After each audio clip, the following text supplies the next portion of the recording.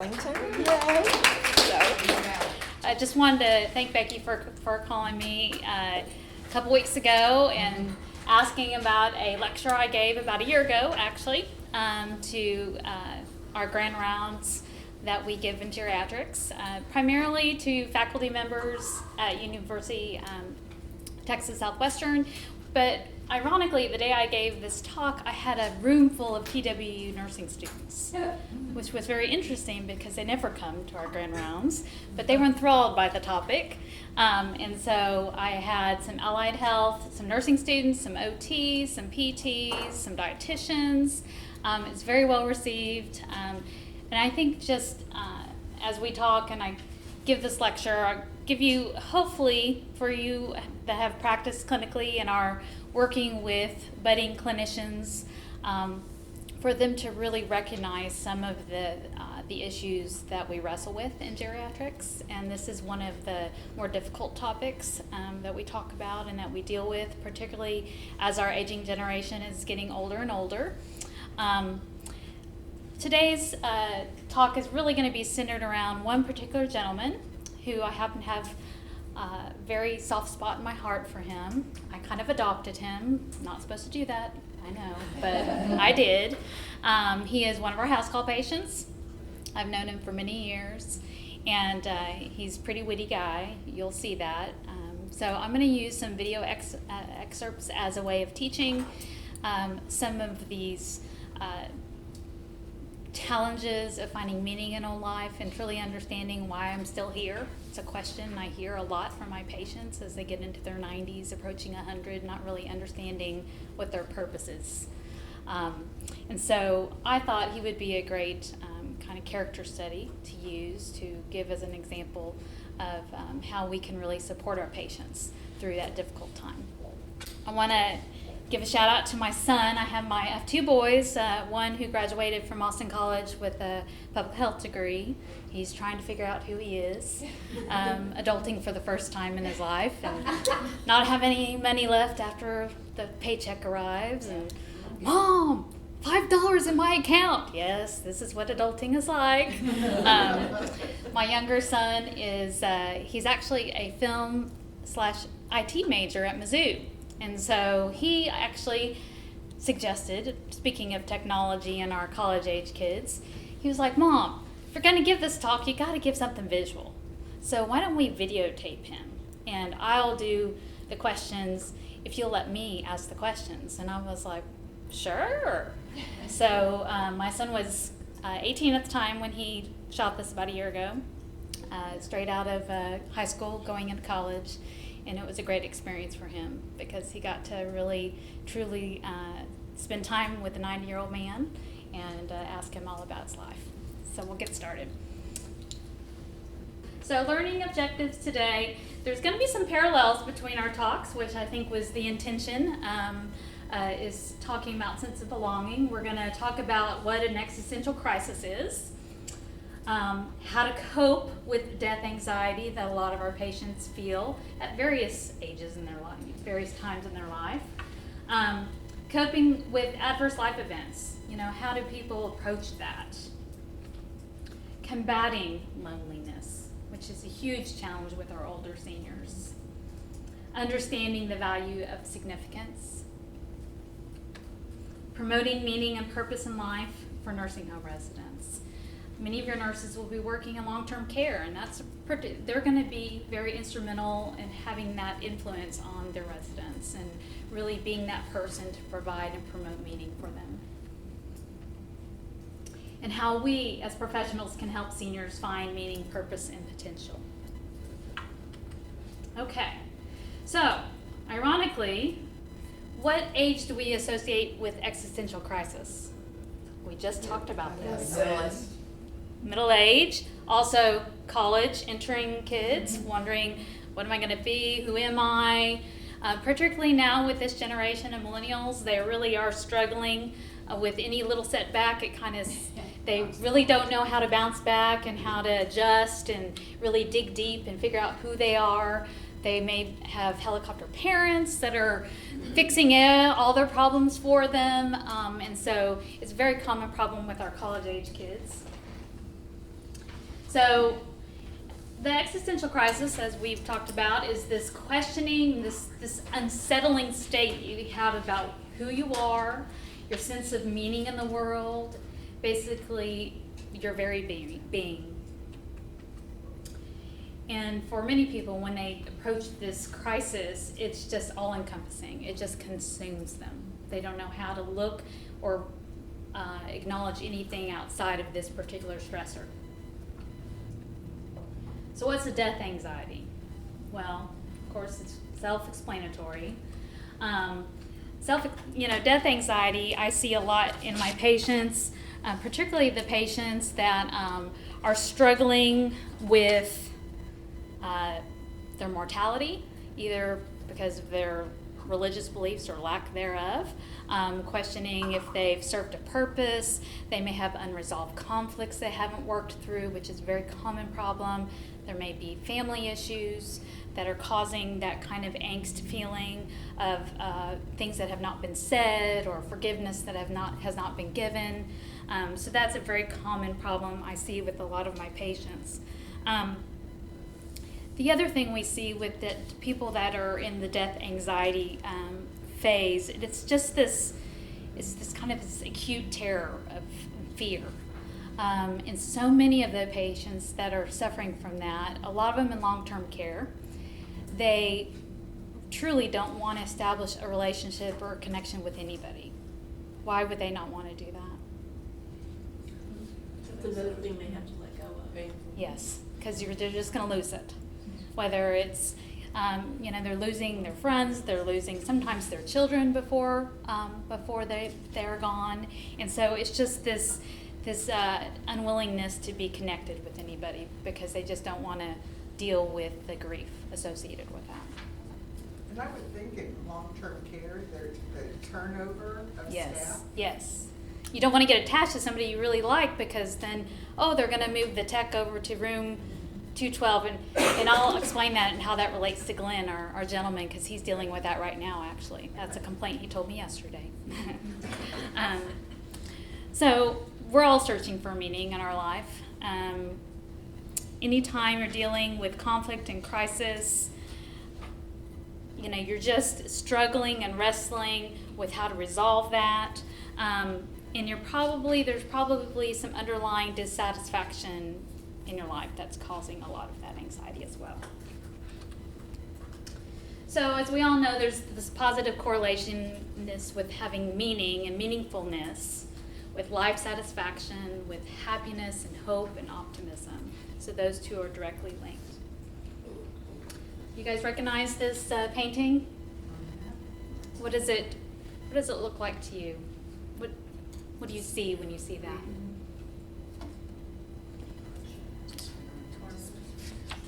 Despair. I heard despair, torment. So this was a Van Gogh painting. He actually is called The Sorrowing Old Man. He painted this while he was convalescing from an acute health condition. And ironically, 2 months later, he had a relapse of his health and he died. I don't know if any of you all know, but Van Gogh was suspected to have been a suicide. So this was painted just 2 months before he died. Do you think that might have been how he was feeling inside?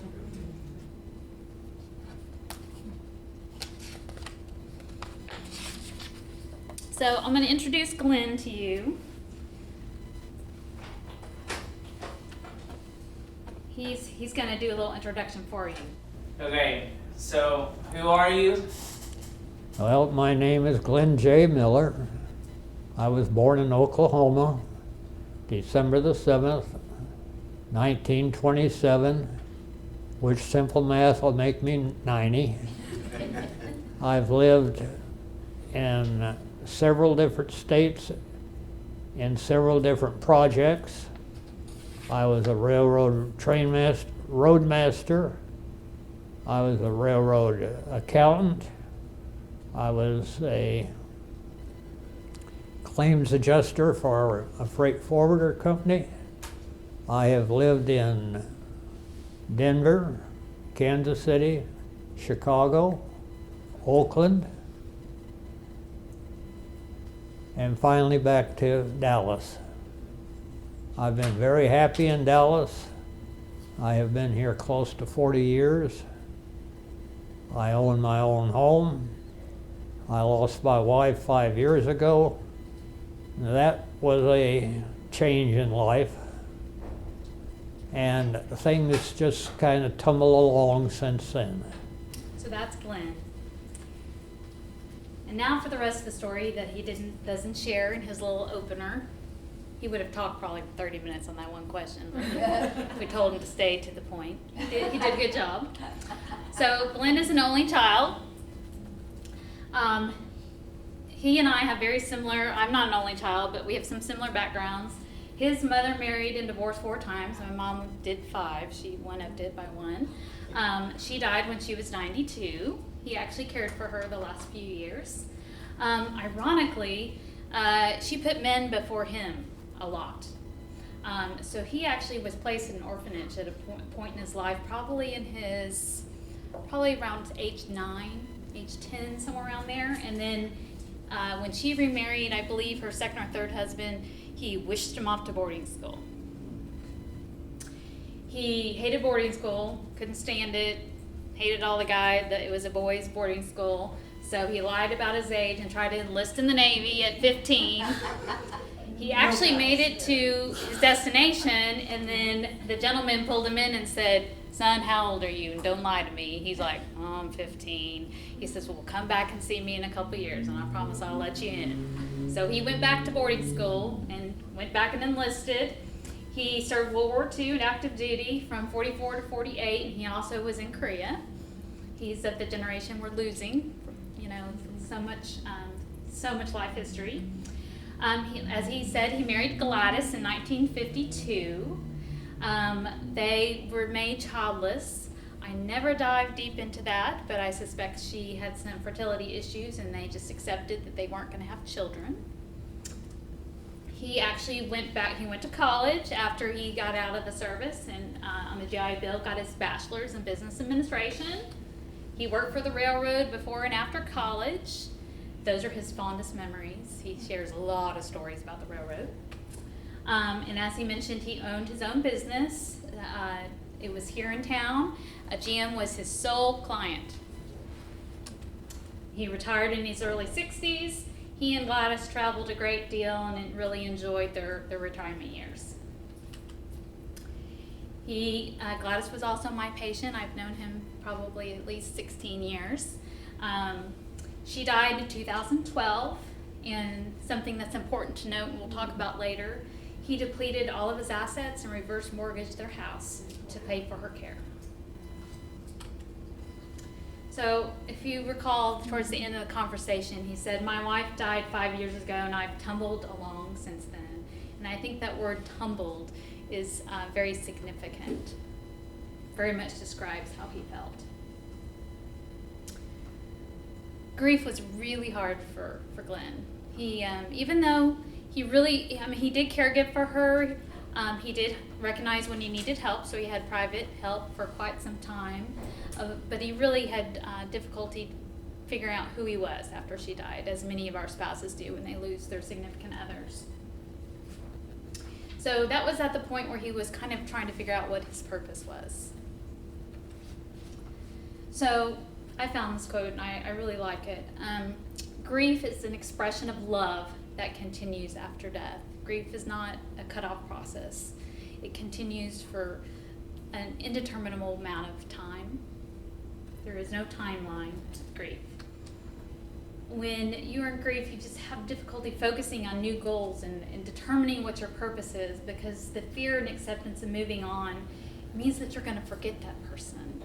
You may hear a lot of people say, "I don't remember what her hair looked like or what it felt like, or I don't remember how she smelled," and that upsets me that I'm losing that part of that person.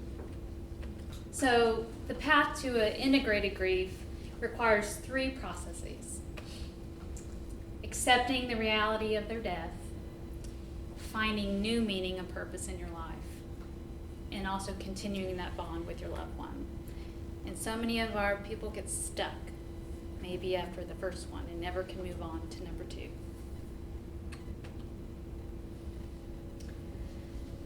Since men are unable to cure death, misery, ignorance, they imagine they can find happiness by not thinking about such things. So what is this? Denial, avoidance, all these things that we try to do to shove things back into the box when we don't want to feel them. So what are the biggest things you've learned so far in life? And if you have examples, can you give them? Well, biggest thing I guess I've learned is to review all opportunities, accept the ones that you like, don't waste time on those that you don't like, and find one that satisfies your interest and needs. So Glenn talks here about goal direction, intention, which, you know, is very future forward thinking. Is there anything you wanted to do but you never got around to in life?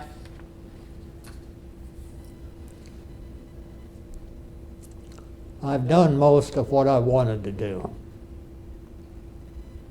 I don't think that I achieved where I wanted to go because I don't really know where I wanted to go. And that still applies. It's very poignant, isn't it? Wasn't really sure what I wanted to do, so I'm not sure if I achieved it all. What would be your advice to your younger self? Pay attention, go to school, go to college, major in golfing, and try to do your best no matter what you're doing.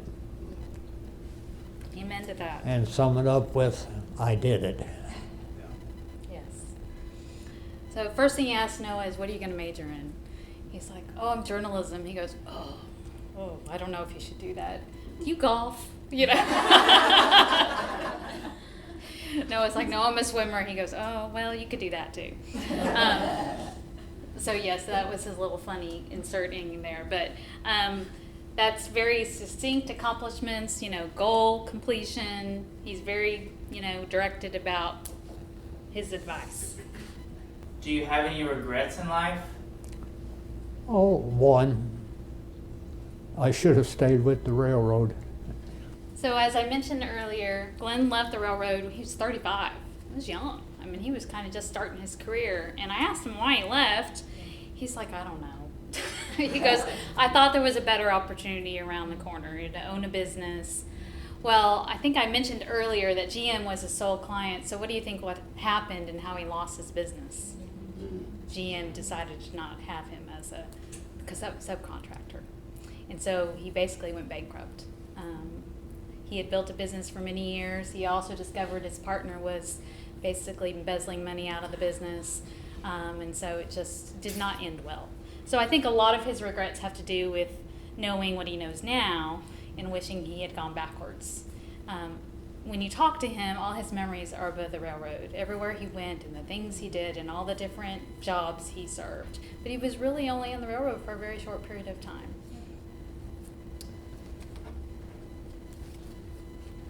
Okay, so what verb best describes you? If anxious is a verb, that would best describe me. I'm anxious to do things, accomplish things, and be comfortable. So Glenn actually is an anxious person. That's just who he is. So when and I didn't prep him, we didn't prep him on any of these questions. So when he came up with that immediately, I was like, man, that is spot on. Because he's anxious about, you know, who's going to come today. He's very orderly, he's kind of a little bit compulsive, and he, you know, has now lost control over a lot of that. So he has a lot of anxiety about the future and what's today going to look like, and is somebody going to come in here and move me so my hip's not hurting so much? And we'll talk a little bit about that as well. So it kind of pushed me to talk about a particular topic, which is anxiety in old age. How many times do you see that on their list of snapshots? almost all of them, right? There's depression and anxiety probably written on a lot of them. So excessive anxiety, as we know, causes distress, it interferes with your daily life, and it's not a normal part of aging. Not every old person becomes anxious. So it definitely is something you have to address and treat. So the interesting part about this, older adults who have anxiety experience more difficulties with their day-to-day lives than older adults. They are also at greater risk for illness, falls, depression, disability, premature mortality, social isolation, and placement. So the things I have in blue are a little hard for you guys to see, but all of those apply to Glenn.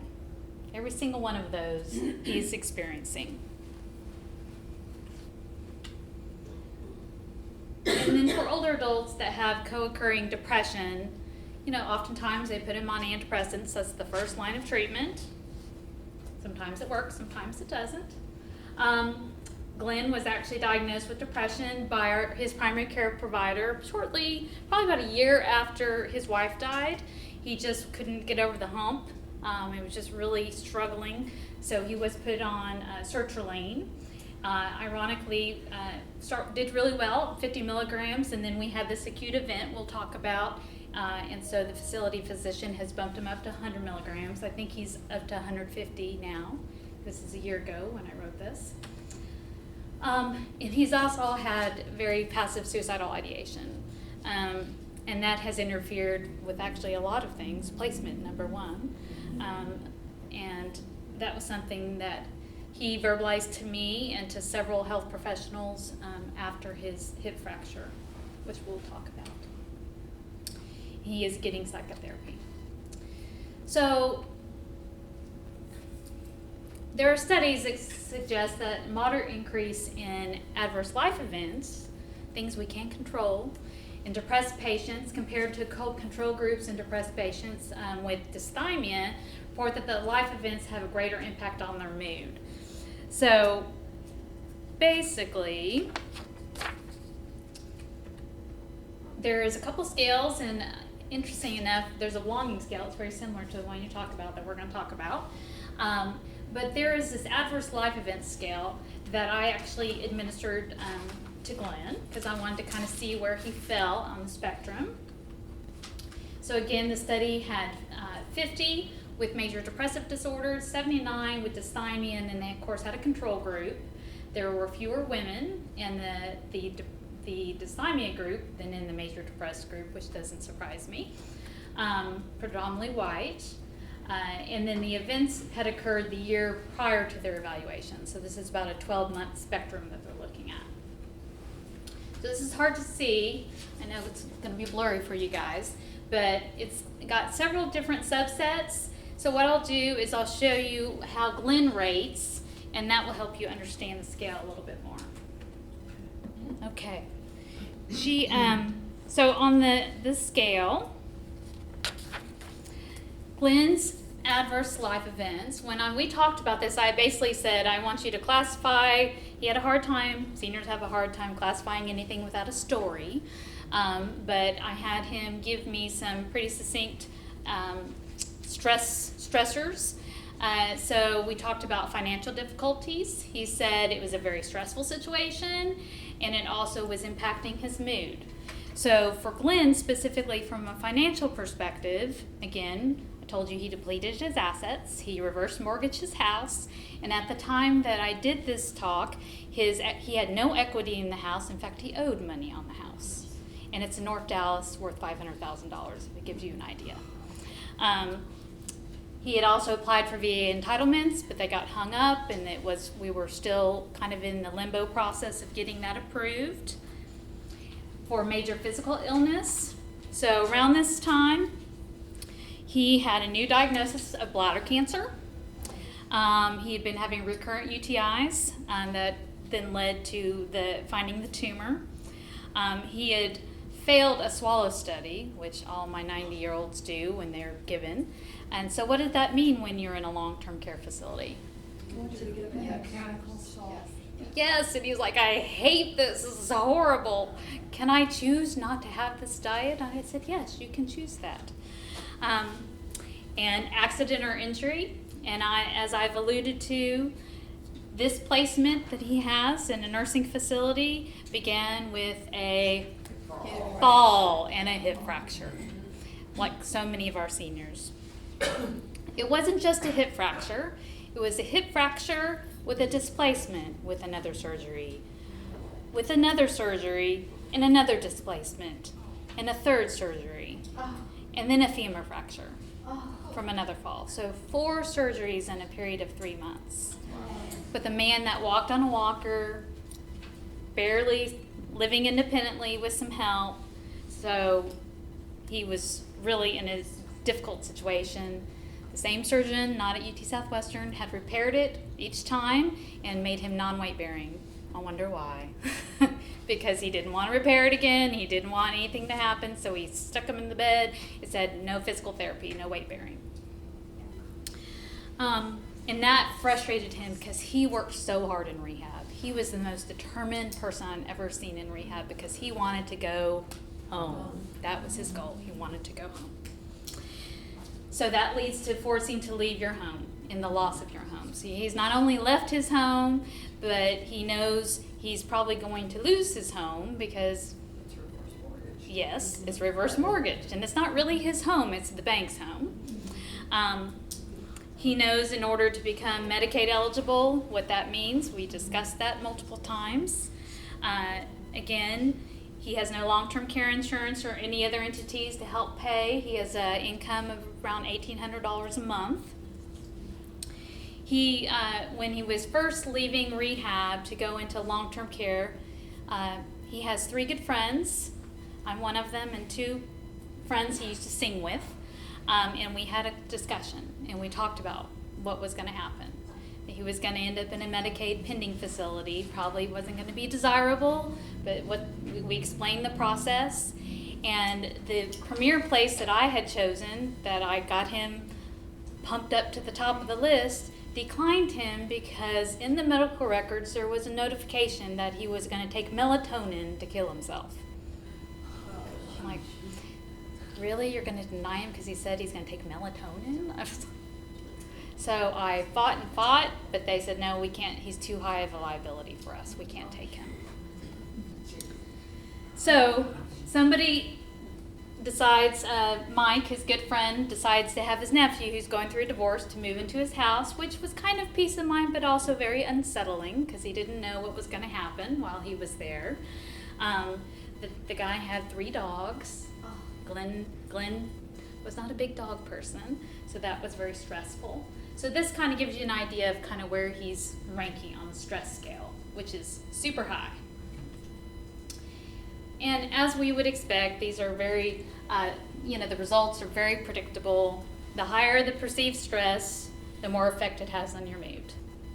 And it's just across the board. Even if you have the same number of life event changes.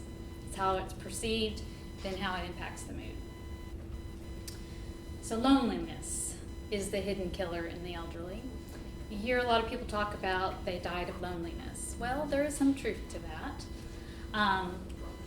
The problems of loneliness and isolation, they really need to be given equal footing as other diagnoses. Ending loneliness would be part of the solution, and reforming care and support, really acknowledging that. And I mainly added this piece because I was speaking to a group of physicians, because I wanted them to understand what that meant to their patients. So letting go of life. When you're letting go of life, and there's a lot of discussion about this and some controversy, and I discuss this a lot with my families who are vigilantly trying to care for loved ones, and they're struggling with the emotions involved with this, especially when their loved one is very vocal about I'm ready to go, there's nothing more for me here.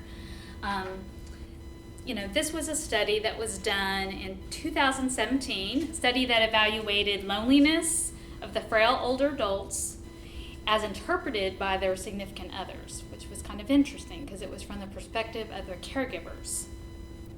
It was an interview-based study. It had 19 informants. It was small.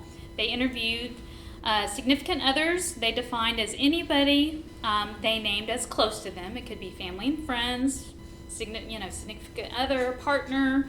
And so they asked them these questions in an interview format, basically wanting to get a sense of kind of where their loved one was at. So being limited in body and space. So when your body is physically changing, we become increasingly dependent on our staff to care for us and our loved ones to care for us, whether that's formal or informal support. The body itself becomes a barrier to your independence and your freedom. And the limitations of the body affect your self-image. You see yourself as worthless, and that's the perception you feel others have of you as well. Becoming in the process of disconnecting. Kind of alluded to this already, but when you're disconnecting, you're losing people, your material belongings, your homes, people you love, your feelings of emptiness, so many death of your peers. Glenn will say he's the only one of his friends. He was very smart and made younger friends, so that helped him out a great deal because they're still there to support him. And being disconnected from the outside world. And this is what we see with people that become institutionalized. They literally are disconnected from everything around them because they are stuck in a little bitty room, sharing a room sometimes with somebody you don't know, like college, and it's not so well received oftentimes, but they totally become disconnected from the outside world. They no longer feel a part of the community. They have increased feelings of meaninglessness. And so really the results of this study showed that significant others really were their best assets. And it was kind of the responsibility of the healthcare providers and the staff to tap into those significant others, to make sure they're there to bridge the gap and to minimize some of these feelings. So it's kind of consistent with social work system theory. You know, in social work we learn all about the system and how the system impacts the individual. And so it's really reinforcing the importance of that system. And they also recognize that early detection of this type of loneliness and suffering was really pivotal to prevent further decline. Here we have Glenn again. What gives your life meaning? That's a toughie. I don't really know what my life's meaning is. That's my problem. I have yet to decide on or have not concluded what my life's meaning should be. Because I don't think I'm here to accomplish anything. And I don't know what I would accomplish if I tried. I don't think I'm here to accomplish anything. So it's interesting, there was a study, it was actually in the Netherlands. They're quite ahead of us in many levels, especially in senior care and talking about some of these more difficult subjects. So there was a small Netherlands study of seniors over the age of 70 who had considered their life to be complete and no longer worth living. 70 was an interesting number, I thought, because that's rather young. They don't have a life-threatening disease or a severe psychiatric illness. They had, again, this was very much an in-depth interview format. They had 3 sequences: completed life, the wish to die, and organizing a self-directed death. Now, mind you, this is the Netherlands, so keep that in mind. The participants indicated that the interview alone helped them express their thoughts and feelings, that just talking to somebody about that subject alone just provided relief and recognition. So that begs the idea of, if you're willing to have these discussions with your patients, that just talking and processing through it is often enough to relieve a lot of that angst and burden. Again, I was talking to doctors, remember? Being connected, yes. The interesting part about this is all of the subjects that were on that study were noted to be very outspoken, more probably extroverts. They valued independence, they feared dependence, and they wanted to have control over everything. That was the one variable they saw. That was insane. So there is a 5 contributing factors that we looked at for loneliness. I'll just pop them on here. Sense of aching loneliness. So again, people expressing feelings of loneliness, distance from their relationships. This is particularly an issue when we have seniors that live here and all their kids are spread out all over the country. They have geographic distance, emotional distance. They didn't want to be a hindrance to their family. That's something I hear all the time. I don't want to be a burden. Whatever happens, I don't want to be a burden on my family.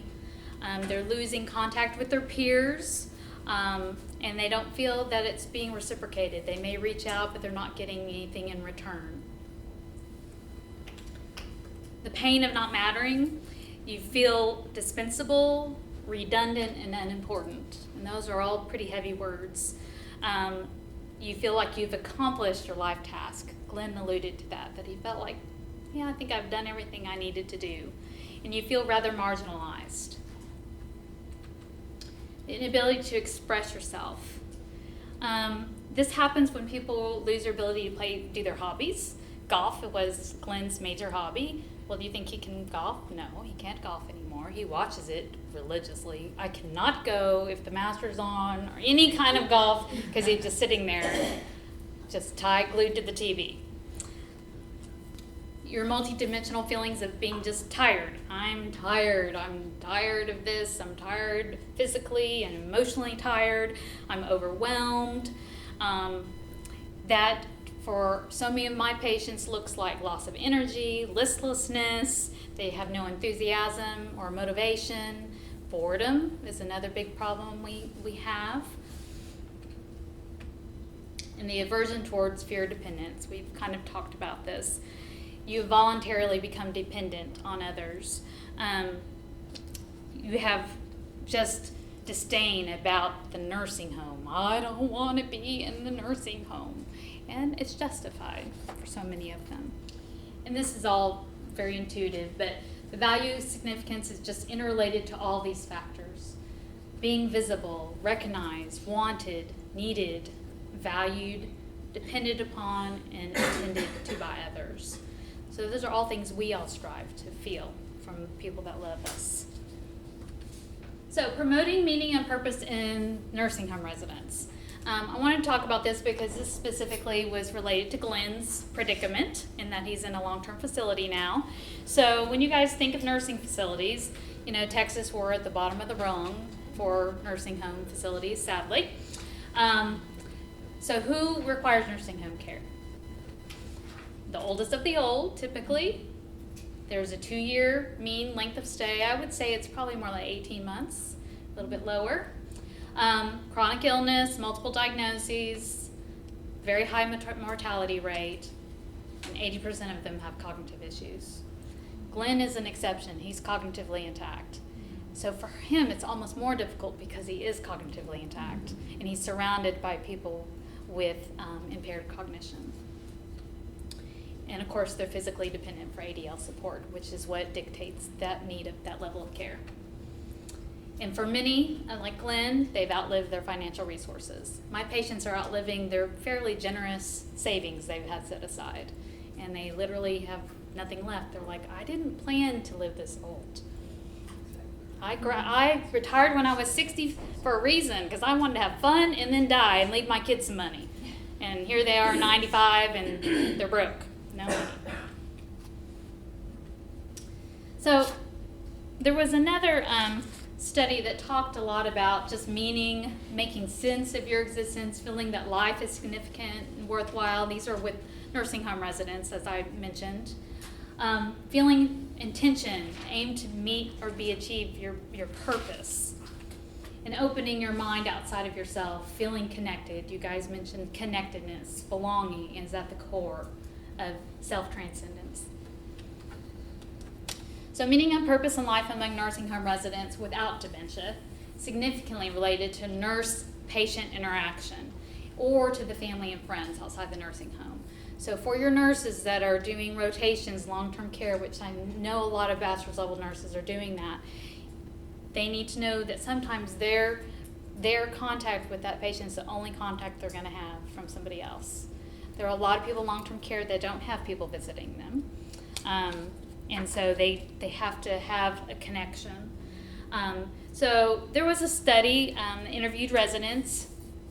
They were all over age 65. They all could carry on a conversation. That was a prerequisite. They had been in nursing facilities for less than 6 months. They did not have dementia. The ranges of age were from 77 to 92. And what they found is, that they're frail, they're facing death, they recognize that, they're struggling with finding meaning and purpose, but they fare better quality of life when they find meaning, whether that's through connectedness or belonging. So what I have to remind my nurses is that all these little pieces, experiencing physical and mental well-being means getting them to the shower, getting, good hygiene, touching them, having all those personal needs met, nurturing hope, experiencing belonging and recognition you can do it by feeling a part of community with family and friends. So sometimes that could be with other residents, social engagement, having a relationship with the staff. And for Glenn, that's his only connection because he doesn't connect with other residents very well because he doesn't leave his bed. That's the number one problem. Personally treasured activities. You always get advice about set up the room to where it's comfortable and it feels like home. Well, there's something to be said for that. Taking them outside. When I go, I roll him out whether he wants to go or not. He yells and screams at me, I don't want to go. I'm like, we're going to go anyways. Sharing togetherness time. And also respecting someone's desire to be alone. A lot of people are introverts that are in nursing facilities. They don't want to be with people. They need that valued alone time too. And then the spiritual connectedness and closeness. So just tapping into their faith belief system. Can purpose in life ward off Alzheimer's disease? So there's been several studies about how that factors in, which is interesting. As you know, we have no cure for Alzheimer's disease. So in the context in which a person gleans meaning from their life's activities, there was a study done. 1,000 community dwelling seniors, so they were not in nursing facilities. They had MMC scores, which is what we use for cognition, of 21, which is pretty decent. And basically, what they found is that the high score on purpose of life was 2.4 times more likely to remain free of Alzheimer's. And it also risked their incident of mild cognitive decline. And the interesting that was really pivotal about the study is that there were quite a few participants that died during the range of the study, and the autopsies revealed that the ones that had better sense of meaning had the same amount of plaques and tangles in their brains as the ones that had Alzheimer's, but they weren't presenting. So this is that belonging scale we talked about, similar to probably what we ask some of our college students. And I want to give you an idea of kind of the belonging scale. I gave this to Glenn. And so if you kind of review, you guys, it's very intuitive. He's pretty positive, scores not in a good positive way on this scale. So despite his negative responses, what do you think keeps Glenn going? What gives you strength? People. Talking to people, knowing people, being with people. It gives you strength, but it also gives you frustration. Amen to that too. Couldn't say it any better. What are you most grateful for in life? Most grateful in life, I think, are friends. Some are great, some are acknowledgeable, some you don't want to acknowledge. But I think being friends and having people around. So that just reinforces what keeps Glenn going. People. Why do you think you're alive right now?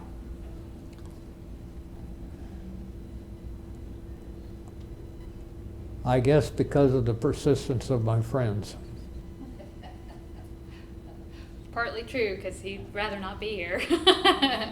But he thinks, well, it's you and Mike and Howard that still have me here. So, again, just reinforcing, he's here because of the persistence of his friends. So just remember, social connectedness is essential. That you can combat that irreversible descent into isolation with just social engagement. And the oldest adults have the smallest networks, but the frequency of their contacts is more frequent and consistent. So just even if it's just 2 people, it doesn't matter, just as long as they're staying connected. When older people are no longer capable of maintaining a social contact, we as healthcare professionals become the relational anchor in their existence. So that's the one thing I just want to emphasize to all of you guys, that you are teaching the next generation of nurses to be that anchor, to be the one who gives them that sense of purpose and meaning. This is a book, I don't know if you guys have ever read it, but be a good read if you ever decide you want a good read. But it's an interview basically of, I believe, 10 seniors over 90. And it's a great read. The guy who wrote the book wrote it after he spent a period caregiving for his mother, and really found that period of her last 6 months brought them much closer together. They had been estranged for some time, but it's a great book about just seniors that have a really vivacious and very goal-directed purpose in life. So I just wanted to thank you guys. This is Glenn and I, and he's my darling, and I love seeing him. I don't get to see him as much as I'd like to, but every couple weeks I'll go, and he'll walk in the room, and he's like, "Oh, you're here," and then he complains about everything else for the next 10 minutes, and I listen and affirm, and then I'll redirect him and we'll talk about something positive. So thank you guys for listening. If you have any questions, feel free to ask them.